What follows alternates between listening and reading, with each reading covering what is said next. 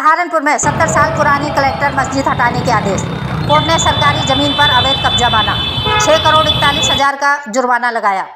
आपको बता दें कि सहारनपुर में कलेक्टर परिसर स्थित करीब 70 साल पुरानी मस्जिद को नगर मजिस्ट्रेट कोर्ट ने गुरुवार को हटाने के आदेश दिए। कोर्ट ने मस्जिद को सरकारी भूमि पर बना अवैध निर्माण मानते हुए बेदखली के आदेश दिए हैं।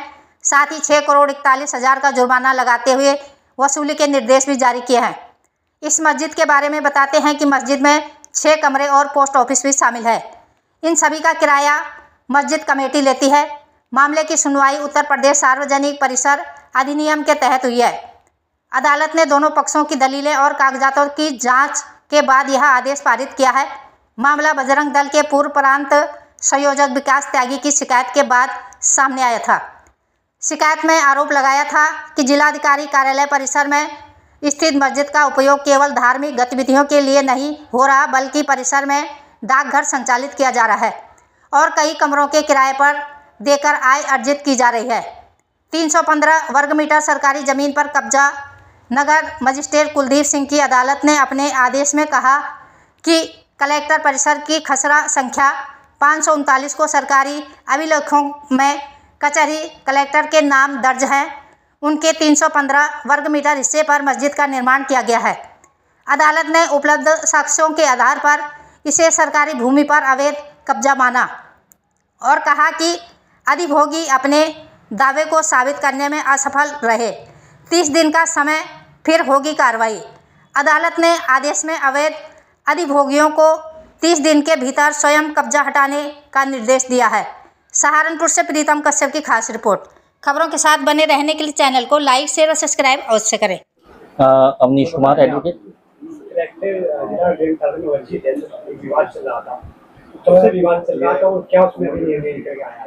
विवाद पिछले साल विकास त्यागी हैं कोई करके उन्होंने शिकायत की थी, उसके बाद शुरू हुआ था। पीपी एक्ट का मुकदमा सरकार की ओर से किया गया था मस्जिद के अगेंस्ट अवैध अतिक्रमण मानते हुए।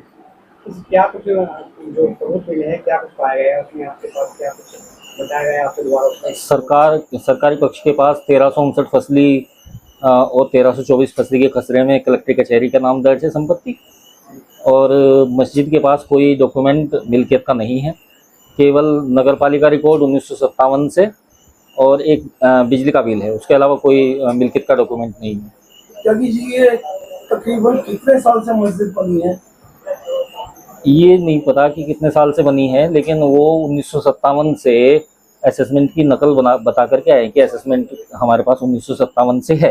क्या कोर्ट ने माना है कि ये सरकारी भूमि पे अवैध कब्जा करके बनाई गई है? जी, कोर्ट ने माना है कि ये जो कलेक्ट्रेट परिसर है ये सारा सरकार के नाम दर्ज है और मस्जिद इस पर अवैध तरीके से बनाई गई। आगे क्या कार्रवाई होगी? 30 दिन का समय दिया गया है बेदखली के लिए। 30 दिन में वो अपील में भी जा सकते हैं, अन्यथा मस्जिद खाली कराई जाए। जुर्माने की रकम कितनी लगाई गई है? लगभग 6.5 करोड़ के आसपास जुर्माने की रकम लगाई गई है। विकास जी, मस्जिद का फैसला आया है, क्या पूरा मामला है? कब से आप इस लड़ाई को लड़ रहे थे? इस लड़ाई को हम कई साल से हमने इसकी शिकायत की थी, क्योंकि ये मस्जिद अवैध थी। आरटीआई डाली, स्थानीय प्रशासन की इसकी शिकायत की, इसका कोई संज्ञान स्थानीय प्रशासन ने नहीं लिया।